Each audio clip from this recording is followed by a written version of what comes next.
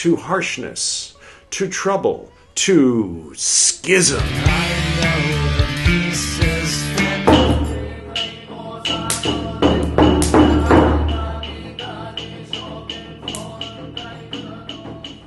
Welcome back.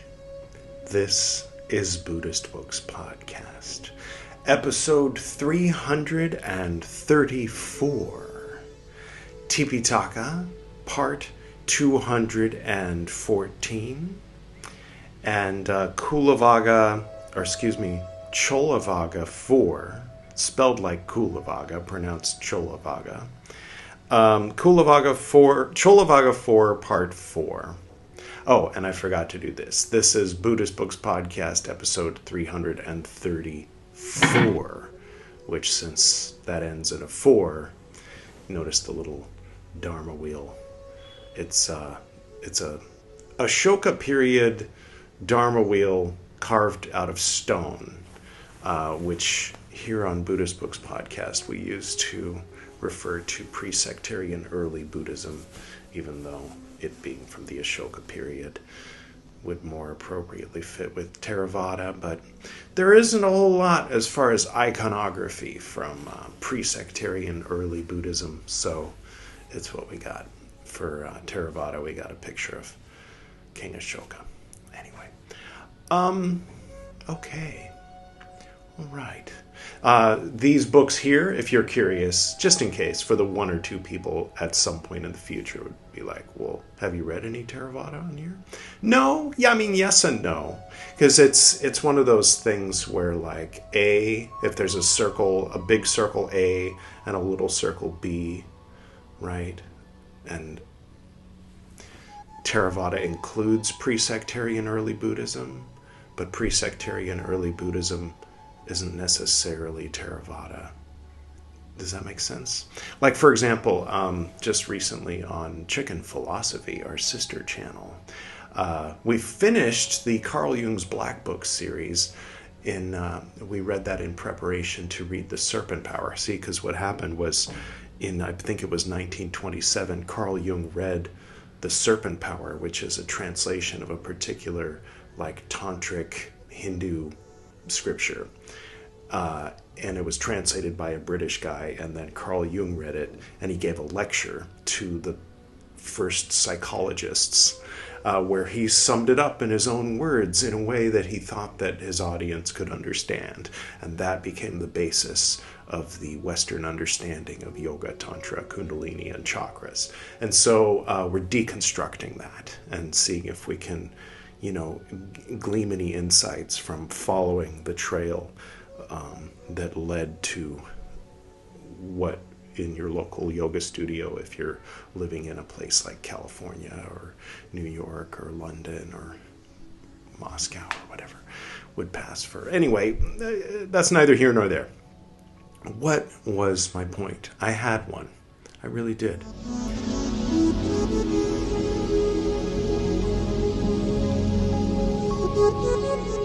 Yes, I remember what it was. Let's just play a short little clip that's sort of fun. According to Bhante Gunaratana, this number is reached by multiplying the senses of smell, touch, taste, hearing, sight, and consciousness. That's 6. The original, the root, according to the ancient Buddhists, is the 6 senses. Right, so as you can see there, Gwydion, who looks a lot like me, but he's clearly not me. We just have the same face. Don't worry too much about all that. Anyway, he was under the impression that because there was a Pali-sounding name, perhaps, though maybe it was a very common Sri Lankan name. I'm not sure, or if I really have no idea. But anyway, the gentleman who put forth that idea, not to say there's anything wrong with the idea because it came recently. It's just that generally speaking, on Buddhist Books Podcast and on Chicken Philosophy, we try to go for, looking past the things that have been said or written down in the past 100 or 200 years, with the exception of Teilhard de Chardin and a few other things, and look look at the ancient, not because the ancient is better or has more authority necessarily, but because it is the root and origin of a lot of different things that have come since then. So we can start to recognize patterns of ideas by getting to know the ancient ideas, if that makes sense. I don't know. I'm probably talking too much. I did that last time. I apologize. It is now August 4th. I don't know exactly when that 333 came out, but it was probably a week and a half ago. So we've had a little bit of a break. We're going through just a little bit of a rearranging of things in life right now. But I'm at a place where I can sit down here and speak to you and read to you for a little while. So I'm doing that, and I'm happy to be doing that.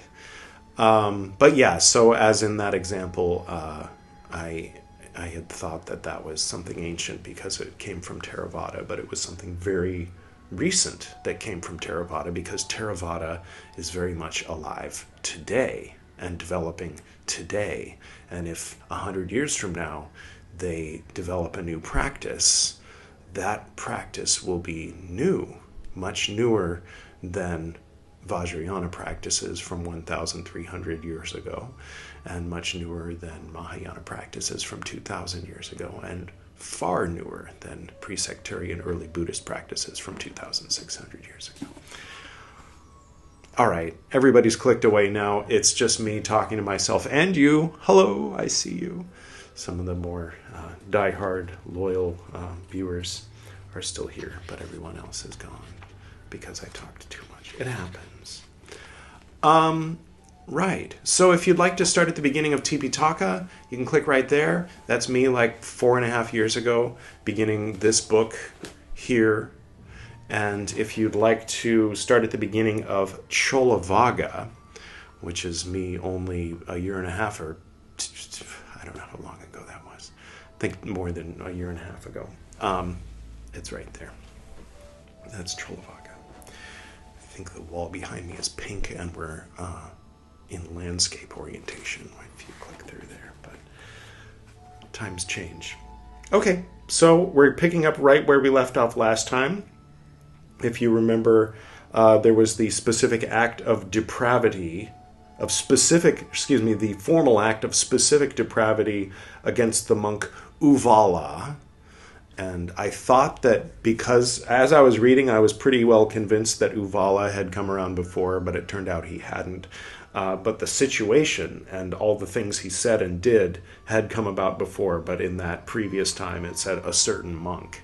But this is where he's given a name, so he was given that character, this. But we're not going to talk about him today. But we're picking up where we left off in the story about him. Are you ready? Let's do it. Now, at that time, while monks were striving, quarreling, disputing, much was perpetrated and spoken that was not worthy of a recluse. Then it occurred, I like that idea, not worthy of a recluse. It's not a phrase that I'd ever heard before reading these books. It's something Lord Buddha says. A recluse, someone who's reclusive, someone who's, you think of a mad homeless person, maybe you don't, but a recluse, a total, maybe an artist or something, a hermit, someone who's walled in, they have paint all over their face and clothes and things scattered about hither and yon, and what? Oh, don't come inside.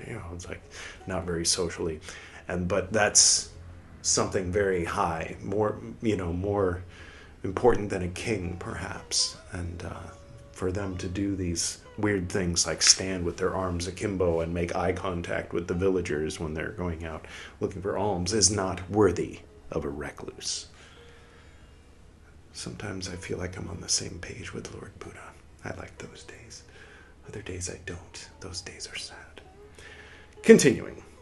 Then it occurred to these monks, quote, while we were striving, thank you, Polytech Society. Sometimes I forget we're reading a translation by the Polytext Society, and then they throw in the 3 dots just to remind me. So, yeah. Anyway, that's the Polytext Society. Thank you, Miss Horner. She's the specific translator of everything we've read so far in pre-sectarian early Buddhism. Continuing. If we should deal with one another for these offenses, it might even be that legal question, 2 that's, I didn't mess up, might even be that legal question would conduce to harshness, to trouble, to schism.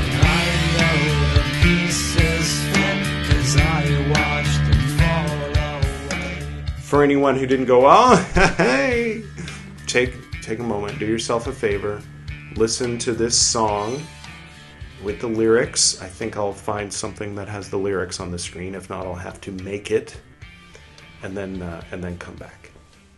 Welcome back. Wasn't that quite moving? Pretty universal when it comes to like cults or religious institutions. I think you could apply it to. Anyway, okay. So now that we have some charge on the word schism, for anybody who was like, schism? What is that word? Yeah. Grow up in a cult, and then you'll have some personal rapport with the word schism. Continuing. Now, what line of conduct should be followed by us? And, quote, they told this matter to the Lord. He said, quote, this is a case, monks, where while monks were striving, 3 dots, much was perpetrated and spoken that was not worthy of a recluse.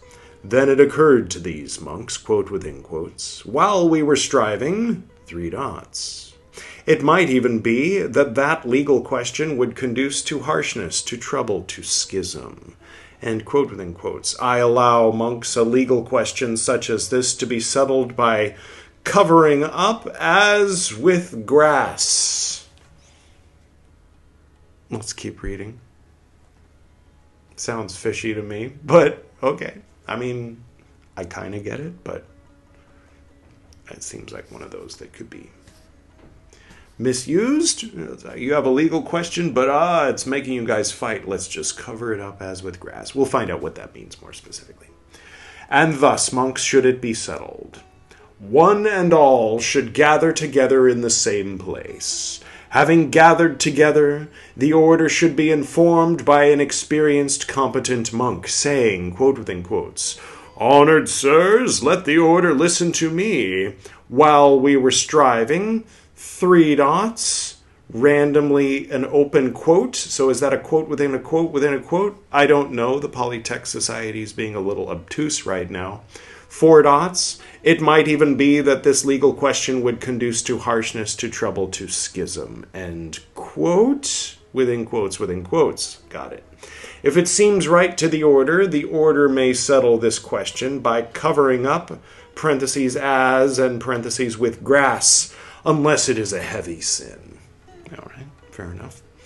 And then there's a footnote under heavy sin, and it's not worth, it's Cullavagga. Okay. Unless it is connected with the laity, where he reviles or despises householders by means of a low thing. Okay.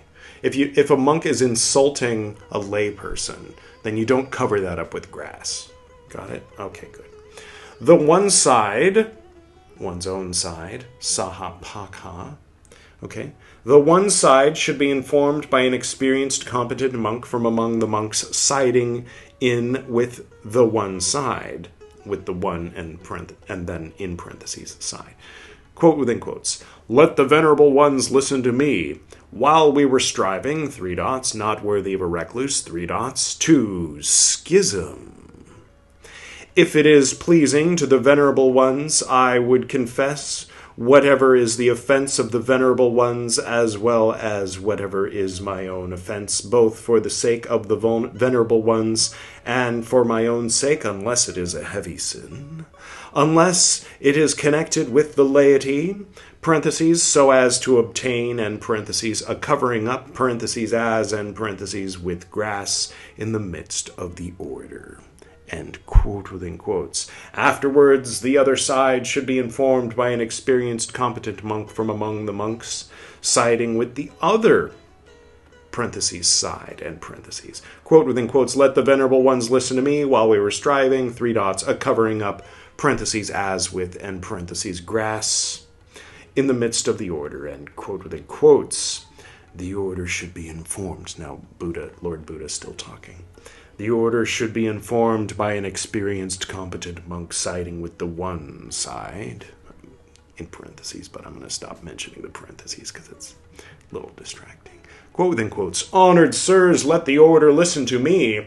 While we were striving, three dots, not worthy of a recluse, three dots, to schism. I hope you were paying attention because Polytext Society does not want to repeat themselves. Ever, under any circumstances. If it seems right to the order, I would confess whatever is the offense of the venerable ones, as well as whatever is my own offense. Since he's laying down a rule as to how to deal with a variety of situations, it makes sense to say whatever is the offense, but it just reminds me a little bit of Tartuffe confessing to whatever it is that he's accused of. Anyway, never mind. Okay. As well as whatever is my own offense, both for the sake of the venerable ones and for my own sake, unless it is a heavy sin, unless it is connected with the laity, so as to obtain a covering up as with grass in the midst of the order. This is the motion. Honored sirs, let the order listen to me. While we were striving, three dots, not worthy of a recluse, three dots, to schism. I am confessing whatever is the offense of these venerable ones and whatever is my own offense, three dots, unless it is a heavy sin. It's 1930s British, not 1630s British. Mine own, my precious. Unless it is a heavy sin, unless it is connected to the laity, so as to obtain a covering up as with grass in the midst of the order. If the confession of these offenses of ours, unless they are heavy sins, unless they are connected with the laity, so as to obtain a covering up with grass in the midst of an order, is pleasing to the venerable ones, they should be silent.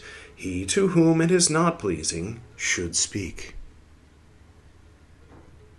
These offenses of ours are confessed by me, except heavy sins, except those connected with the laity, so as to obtain a covering up as with grass in the midst of an order. It is pleasing to the order, therefore it is silent. Thus do I understand this. End quote within quotes. So that was the end of the quote of the learned, experienced monk that Lord Buddha was saying needs to direct these situations, because he doesn't just fix situations, he tells you how to fix it if he's not there, which is a really smart thing to do if you want your order to last longer than your lifetime. So now Lord Buddha's continuing to explain the process outside of what that guy says, right? Afterwards, the order should be informed by an experienced, competent monk from among the monks siding in with the other side. Quote within quotes, honored sirs, let the order listen to me while we were striving, three dots, thus do I understand this. He says all the same stuff, I assume. End quote within quotes. And thus, monks, do these offenses come to be removed from these monks, except for a heavy sin, except what is connected with the laity, except for those who make an open statement of their views, except for those who are not there. Yeah, if you're not there while this meeting is happening, then this doesn't count for you. You have to do it all again when you get back. Okay, end quote. Whew. All right, okay. Now at that time, monks disputed with monks and nuns disputed with monks, and the monk Channa, remember Channa, intruding into the nuns' quarters, disputed together with the monks, and was prejudiced on the side of the nuns. Good for you, Channa. Listen to nuns. Never mind. Those who were modest monks looked down upon, criticized, spread it about. In those days, modest means misogynist. It's pre-1973 definitions of things.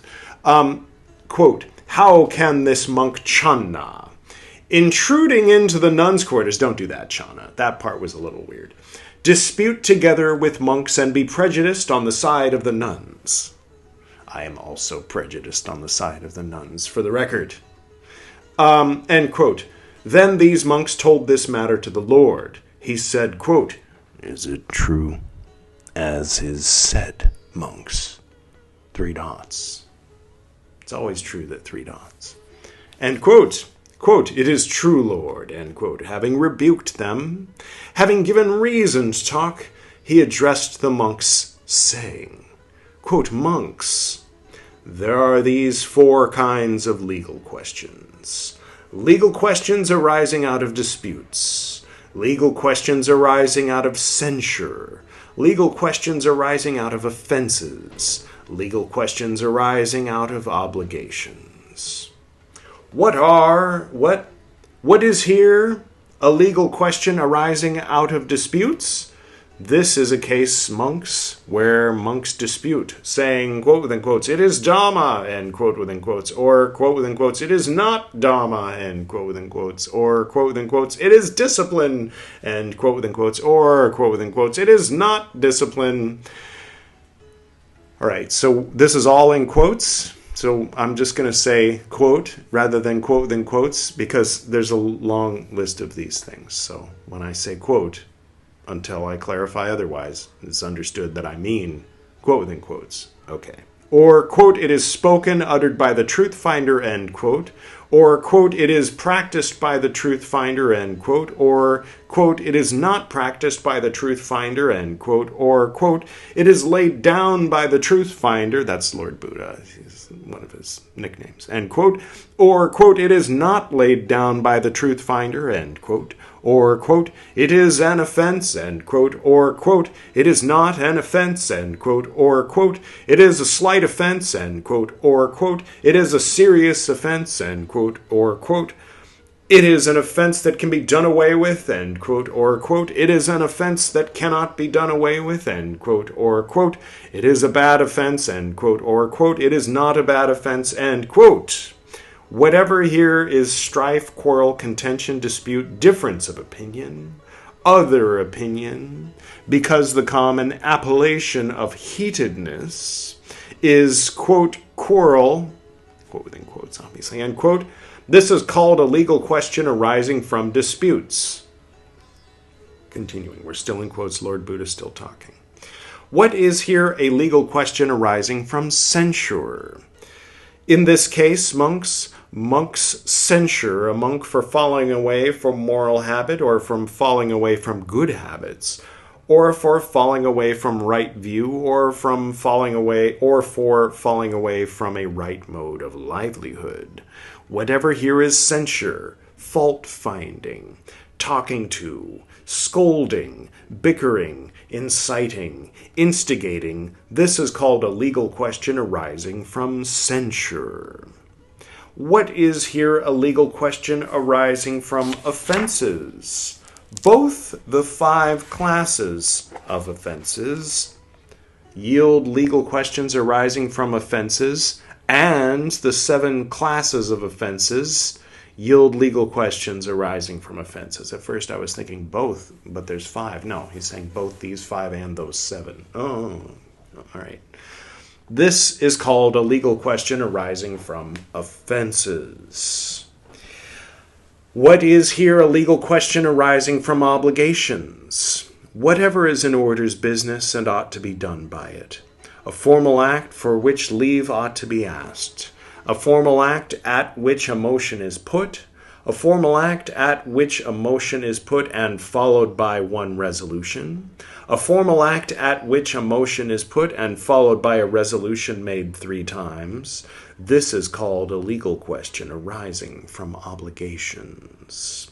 What is the source of a legal question arising from disputes? 6 sources of dispute are the source of a legal question arising from disputes. There are 3 unskilled sources, which are the source of a legal unskilled sources. What? Which are the source of a legal question arising from disputes, as well as 3 skilled sources. Skilled sources. Which are the source of legal questions arising from disputes? Which are the 6 sources of dispute which are the source of a legal question arising from disputes? In this case, a monk becomes angry and bears ill will. Monks. Whatever monk becomes angry and bears ill will, he lives without deference, disrespectful toward the teacher, and he lives without deference. What? Yeah. Disrespectful toward Dhamma, and he lives without deference, disrespectful towards the order, and he does not complete the training. Monks. Whatever monk lives without deference, disrespectful towards the teacher, Dhamma, and the order, and does not complete the training, he causes dispute in an order, and that dispute comes to be for the harm of the many folk, for the lack of ease of the many folk, for the lack of the goal for the many folk, for the harm and dissatisfaction of devas and mankind. If you, monks, should perceive a source of dispute like this among yourselves or among others, you, monks, should strive therein for the destruction of precisely that evil source of disputes. If you, monks, should perceive no source of dispute like this among yourselves or among others, you, monks, should therein follow a course to stop there being future effects of precisely that evil source of disputes. Thus there comes to be destruction of that evil source of disputes. Thus there comes to be no future effects of that evil source of disputes. Okay, how do you tell the difference between someone raising a legal question because they are possessed by the evil source of disputes? Are we Christian or what? No. And being generally disrespectful. And even if it is a monk that is generally disrespectful to the teacher or to the Dhamma or to the order, if they raise a good point that ought to be dealt with, do you hear what they're saying, consider what they're saying, and maybe even deal with the point? Or do you simply say, you, O monk, are possessed by the evil source of disputes, which sounds like something a cult would say. I'm just saying. I mean, obviously this is a cult, so I mean that literally. Yeah. I mean, he's not Charles Manson. He's Lord Buddha, but never mind. Okay. There's good cults and bad cults. I mean, maybe, sure. Is there? I don't know. If there is, then this is one of the good ones. If there isn't, then this is a bad one, apparently. But it is a cult, one way or the other. I'm just saying, by the definition of the word. Not by the post, not by like the, if you're specifically talking about the, never mind. It's a group of people with a charismatic leader all doing weird things, isolating themselves from the rest of society. Obviously it's a cult, right? But it was normal back then. And then it blossomed into many mainstream religions, which some people differentiate from cults, but I don't. Okay, that's where we can agree to disagree. But originally it was definitely there. You can't disagree because it's a fact. All right, what are we talking about? Nothing. I'm just being silly and honest. Okay, wait. Yeah. The evil source of disputes. Right. Yeah, I was relating to the monk that raises the issue because the leader is corrupt and horrible, and this isn't about that. Check out the Esoteric Nerd podcast if you want to hear about all that. If you've heard me make reference to my past and are a little curious about what the heck I'm talking about. Okay, and again, monks. A monk becomes harsh and unmerciful. He becomes envious and grudging. He becomes crafty and deceitful. He comes to have evil desires and wrong views. He comes to be infected with worldliness, obstinate, stubborn. Monks, that monk who lives without deference, disrespectful towards the teacher, 3 dots. Thus, there comes to be no future effects of that evil source of disputes. I'm glad they put the solution in 3 dots. No, I think it's a repeat of the previous paragraph. These 6 sources of dispute are the source of a legal question arising from disputes. Which 3 unskilled sources are the source of a legal question arising from disputes? In this case, monks, dispute covetous in mind. They dispute corrupt in mind. They dispute erring in mind, saying, quote and quotes, it is Dhamma, end quote and quotes, or quote and quotes, it is not Dhamma, end quote and quotes, or 3 dots. You don't have to repeat all of it. Quote and quotes, it is not a bad offense, end quote and quotes. Okay. These 3 unskilled sources are the source of a legal question arising from disputes. Which 3 skilled sources are the source of a legal question arising from disputes? In this case, monks dispute not covetous in mind. They dispute not corrupt in mind. They dispute not erring in mind, saying, quote and quotes, it is Dhamma, end quote and quotes, or quote and quotes, it is not Dhamma, end quote and quotes, 3 dots, or quote and quotes, it is a bad offense, end quote and quotes. These 3 skilled sources are the source of a legal question arising from disputes. I'm kind of glad he covered that. I think he's implying that the exact same situation can happen with or without bad intention or bad faith, what they'd say, like a bad faith argument. If somebody legitimately has an issue that they're raising for the sake of raising the issue and having that issue dealt with, and they've got a clean motivation, But if somebody comes in because they just have an axe to grind or because they want to make trouble, and so they're making up, crafting a legal question. I mean, the thing is, a broken clock is right twice a day, right? So that person, as I mentioned, could still hit on something that maybe is worth looking into, but it's less likely. Okay, continuing.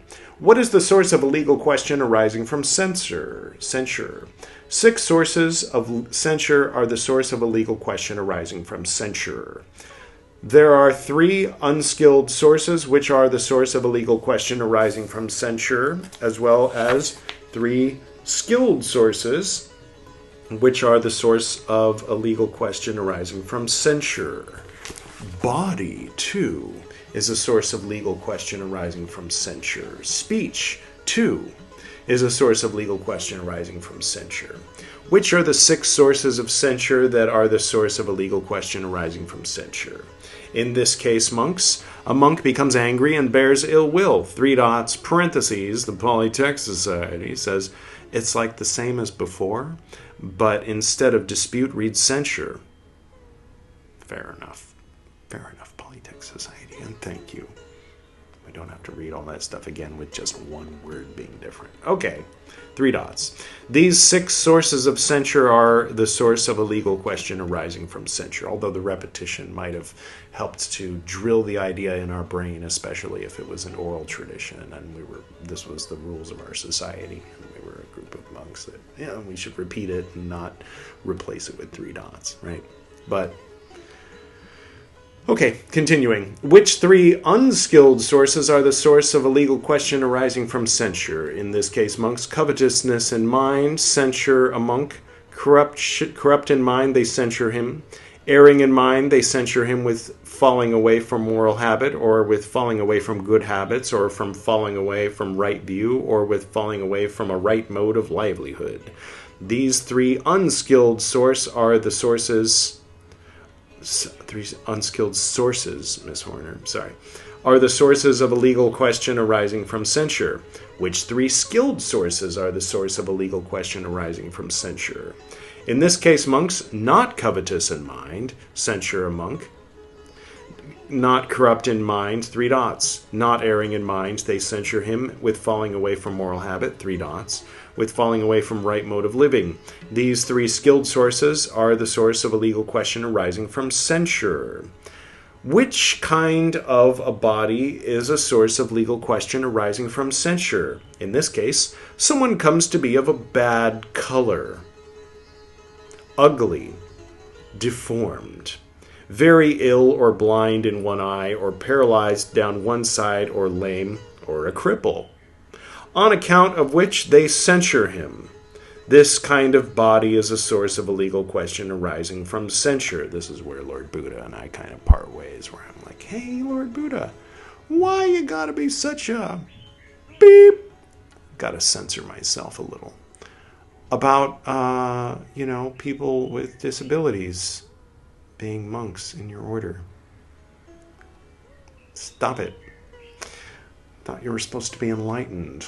In 2026, our definition of enlightened includes not behaving the way you behave all the time. Lord Buddha, please. Okay, anyway.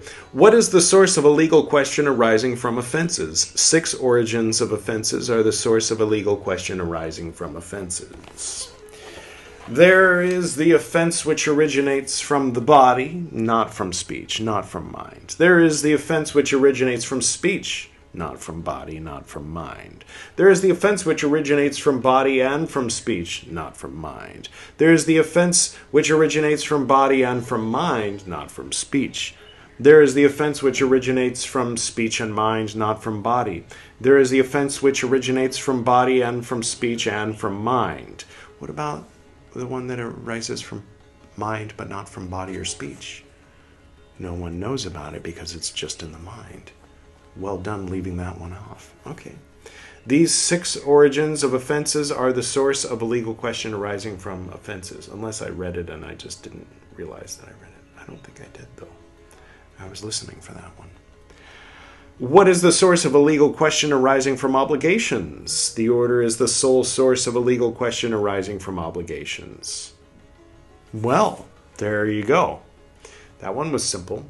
A legal question arising from disputes. Is it skilled, unskilled, indeterminate? A legal question arising from disputes may be skilled, it may be unskilled, it may be indeterminate.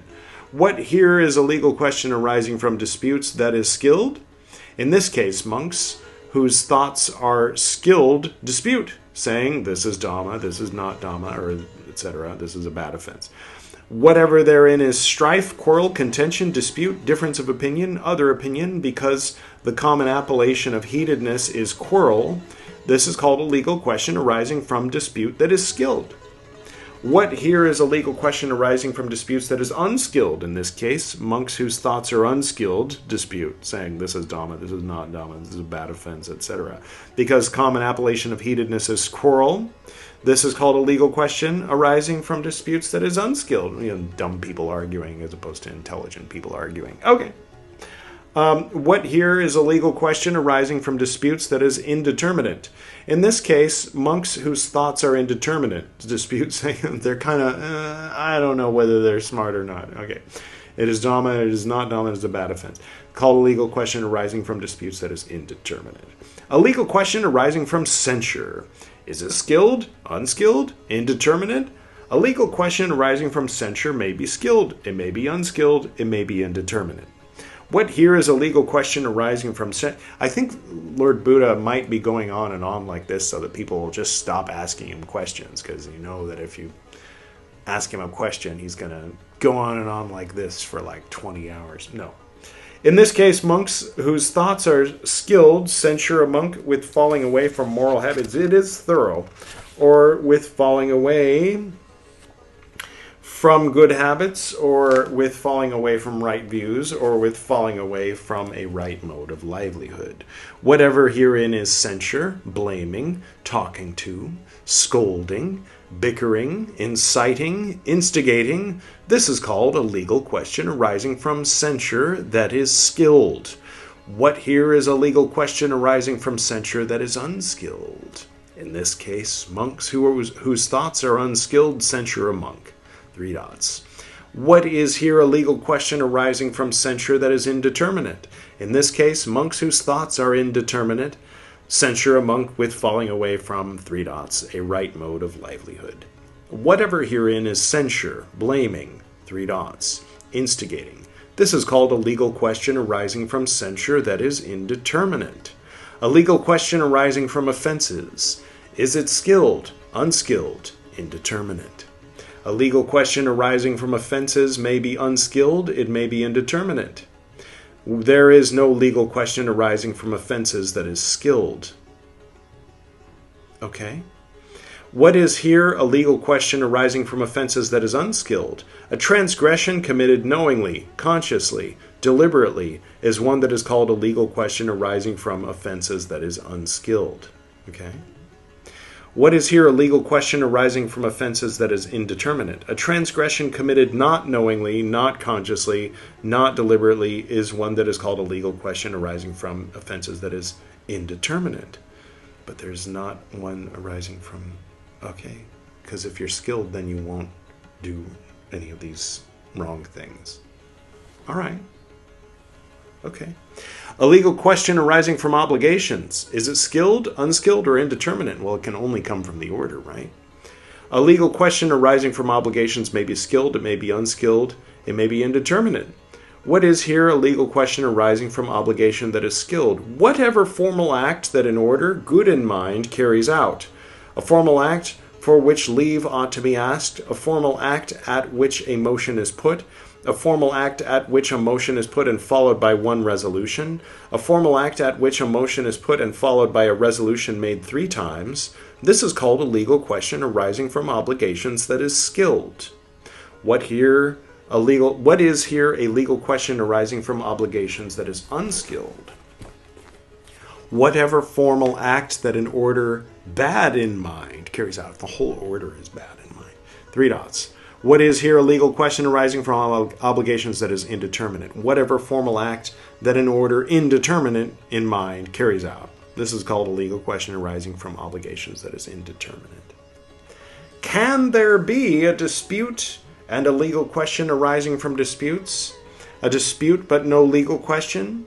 A legal question but no dispute? A legal question as well as a dispute?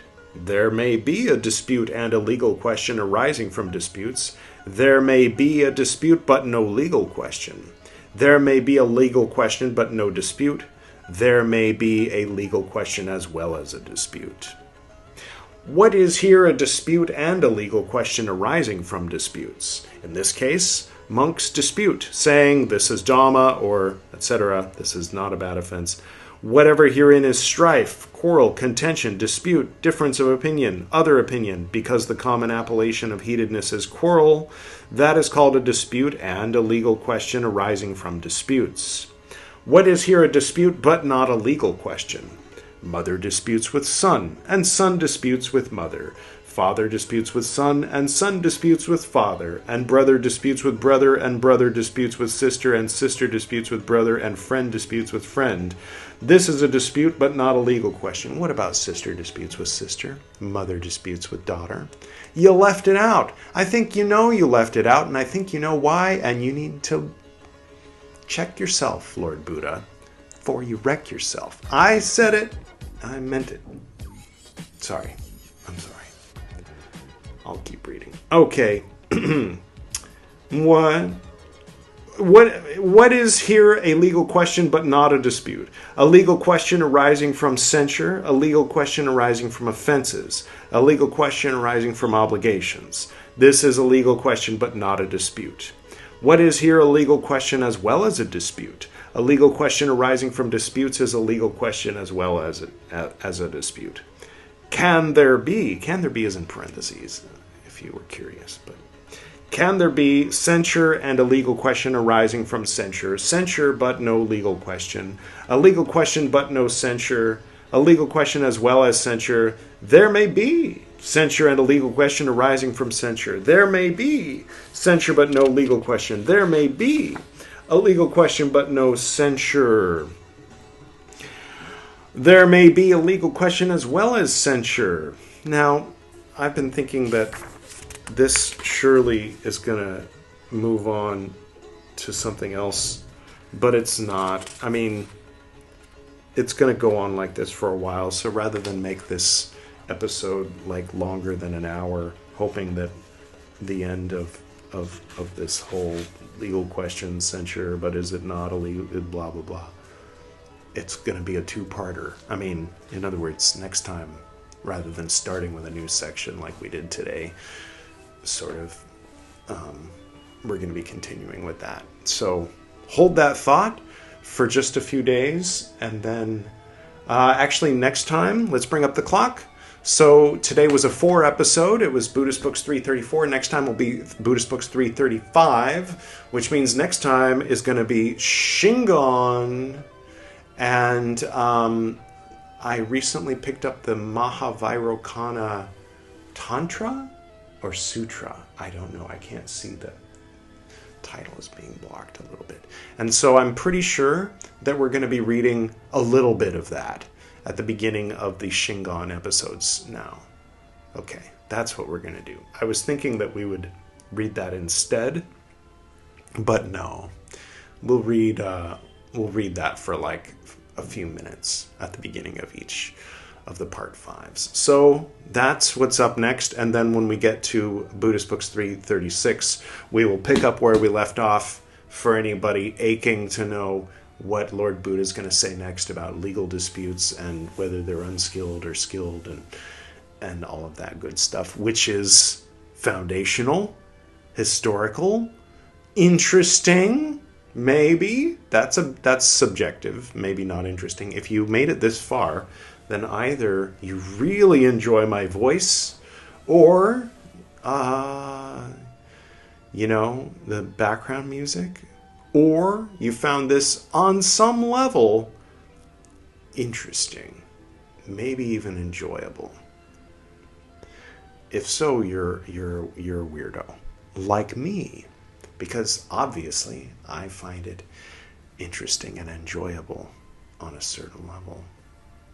And I look forward to next time. And I hope that you have a wonderful day. And hopefully there won't be too many days between this episode and the next episode as there was between this episode and the previous episode. Okay, is there anything else? I think not. I think I'll go ahead and close now. And, all right. We'll do our usual closing. To the north and to the south, to the east and to the west, to the spirits of light among us and to the spirits below, we send out our reverent love and compassion. May all beings be happy. May all beings be serene. May all beings be in peace.